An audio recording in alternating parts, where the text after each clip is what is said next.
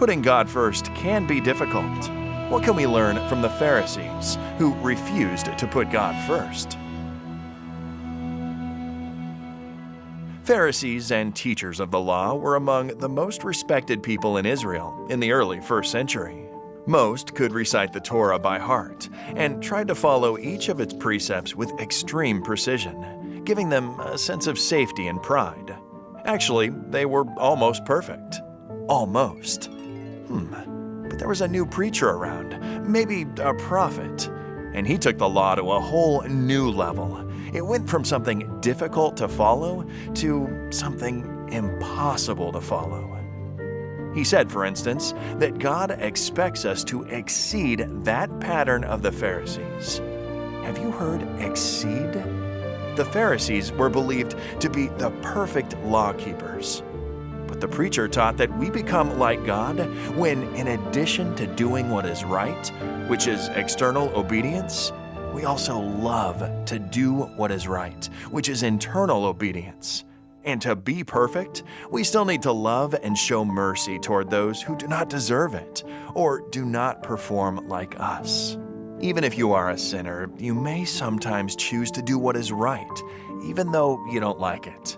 But in order to think, feel, and take pleasure in what is good and right, you need a miracle from above, worked by the Holy Spirit.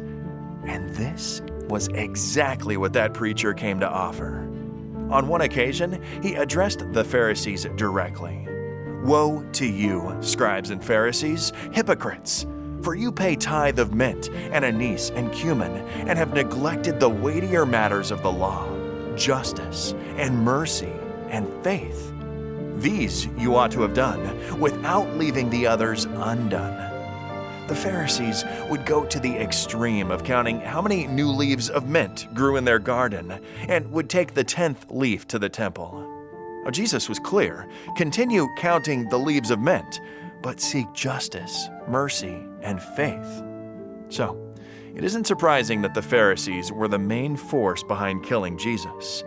But at the same time, many marginalized people learned through Jesus that believing that you are not good enough is the very condition to be accepted by God, and then to be transformed by His power. Jesus taught that putting God first means that we should still count our mint leaves. But more than that is necessary for salvation. By regularly spending time with Him every day, we open our minds for the Holy Spirit to change us from the inside to the outside in His likeness, leading us to mingle our mint leaves with love, mercy, and compassion. The Pharisees refused to put God first. The consequences were terrible for them and the people around them. God's love compels us to put His kingdom first, while the Pharisees' example is a warning for us today. As we return our tithe and promise, we are challenged to put God first.